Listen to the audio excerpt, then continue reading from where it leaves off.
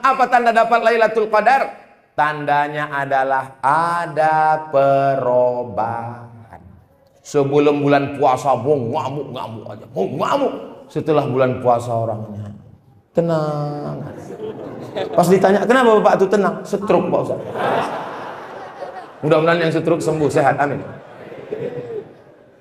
Ada perubahan. Sebelumnya asal lewat kota 2000, asal lewat kota 2000. Setelah bulan Ramadan la'allakum tattaqun, lewat kota 2500.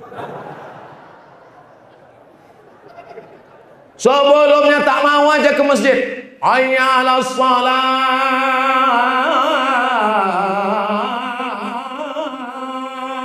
kelepak balak 6. Tapi setelah bulan suci Ramadan, belum lagi azan, hari Jumat jam 11 sudah terduduk. Pas ditanya, kenapa kau datang? Salah nengok jam. Sebelumnya jilbabnya itu tak peduli sama jilbab, asal mau pergi undangan, nama jilbabnya pasrah tapi tak rela. Tapi setelah dia Ramadan, jilbabnya panjang, bajunya panjang, ada perubahan. Alhamdulillah Pak Ustadz, saya setelah Ramadan kemarin 5 yang berubah Pak Ustadz. Apa itu? Berat badan berubah, kolesterol berubah, diabetes berubah. Bukan itu. Yang berubah adalah menuju lebih baik dan lebih soleh, bukan soman. Penyejamahan. Jadi gara-gara aja orang sore-sore puasa. Bagaimana kita bisa memahami hakikat Ramadan yang ada dalam diri kita ini Pak Ustadz? Muncul rasa takut kepada Allah saat ingin melakukan perbuatan dosa, saat tidak ada satu manusia pun melihat, saat tidak ada satu pun seorang ulama tasawuf sayang muridnya 40 orang, tapi murid yang satu ini disayang, murid yang lain cemburu. Apalah tuan guru ini sayang cuman sama dia. Rupanya guru ini tahu muridnya ini kena penyakit dalam hati. Oh, besok diambilnya burung. Kasih burung semua satu-satu. Kalian murid-muridku yang 40 pergi kalian ke hutan, ke gunung, ke gua, ke laut. Cari di mana tempat kalian tak ada ditengok orang, potong burung ini. Dibawanya, tak lama semua membawa burung, leher sudah putus semua. Ini guru. Murid yang disayang datang membawa. Masih hidup. Kenapa tak kau potong? Aku pergi ke gunung, aku pergi ke laut, aku pergi ke danau, aku pergi ke gua, aku pergi ke pokok kayu. Aku tidak pernah merasa sendiri. Aku selalu diperhatikan Allah. Itulah hakikat puasa. Muraqabatullah, musyahadah, mempersaksikan persaksian yang dipersaksikan oleh Allah Subhanahu wa taala. Mudah-mudahan itu melekat ke dalam hati kita nanti insyaallah.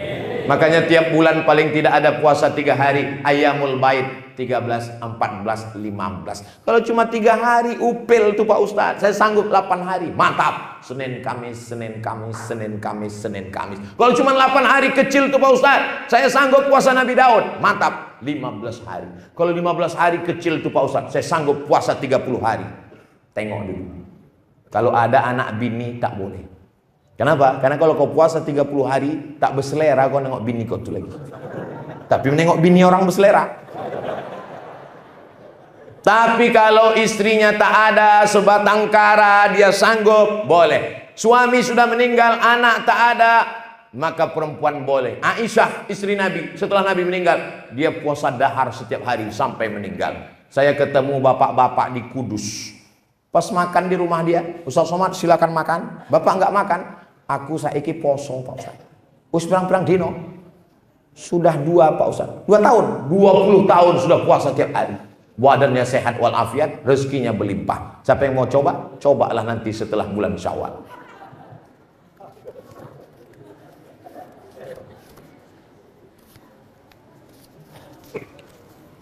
Saya bekerja sering melakukan safar, waktunya musafir.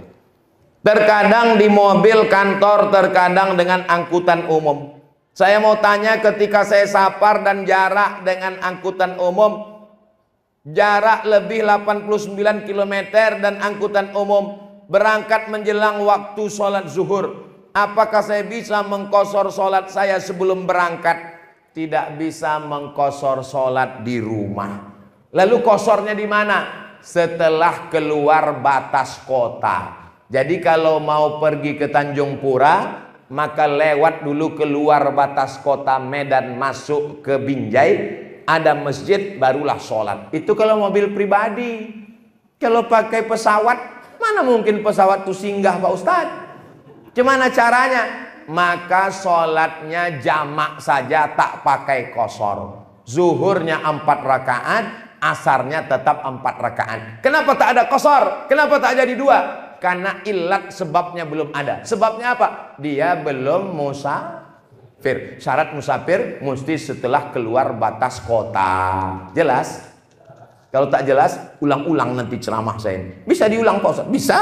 Di mana diulang? Itu kan direkam. Channel Ustadz Abdul Somad Official. Subscribe, like, share, and comment.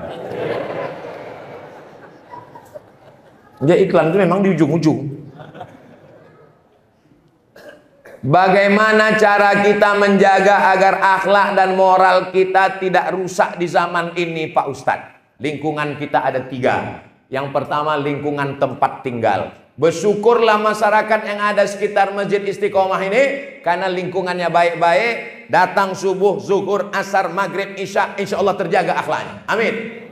Yang kedua, lingkungan di tempat kerja. Bersyukurlah Bapak Ibu yang di tempat kerjanya orangnya baik-baik, mengingatkan, udah kau sholat, udah kau puasa. Jangan sampai di tempat kerja, gimana bro, dugem kita malam ini. Tahu dugem? Dugem itu artinya duduk sambil gemetar. Lingkungan tempat tinggal, lingkungan tempat kerja. Yang ketiga, lingkungan medsos.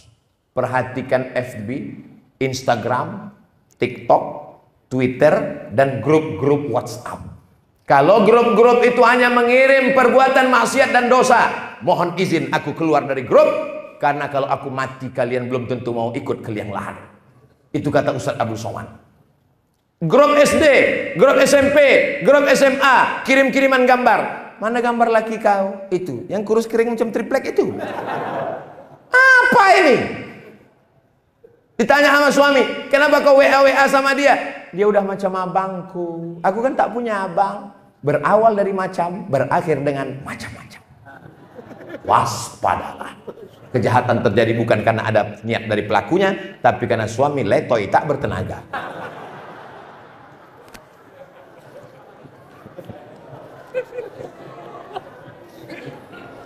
Kepada seluruh jamaah dimanapun berada, dari Sabang sampai Papua yang ada di perantauan, maka saya mengajak dari Masjid Istiqomah. Saya tidak membaca berita dan bukan mendapatkan kabar. Saya sudah melihat secara nyata bergelimpangan batu bata. Kirimkan donasi Anda ke Masjid Istiqomah, Bank Mandiri Syariah. Nomornya 711-6543-111. Sekali lagi, 711-6543-111. Bukan milik pribadi. Rekeningnya atas nama Panitia Pembangunan Masjid Istiqomah. Ingat, kematian segera datang. Malaikat maut sudah di simpang Sungai Sekambing.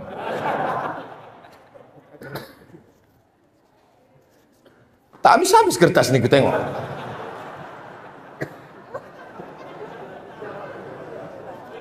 Asar jam 15.05, asar jam pokoknya asar lah nanti. Pas Bapak Ibu sholat asar, jangan balik dulu sholat asar. Pas kalian sholat asar, itulah saya pulang. Ustaz Somad kok tak sholat? Saya sudah sholat jamak takdim. Jumat, Sabtu, Ahad, Senin, 4 hari masih bisa. Besok saya pulang ke Pekanbaru. Tapi kita tak pernah berpisah. Kenapa? Karena kita senantiasa bersama dalam doa. So sweet. Assalamualaikum Ustaz. Waalaikumsalam. Izin bertanya Pak Ustaz, apa yang harus saya lakukan ketika saya mengajak seorang gadis serius ini?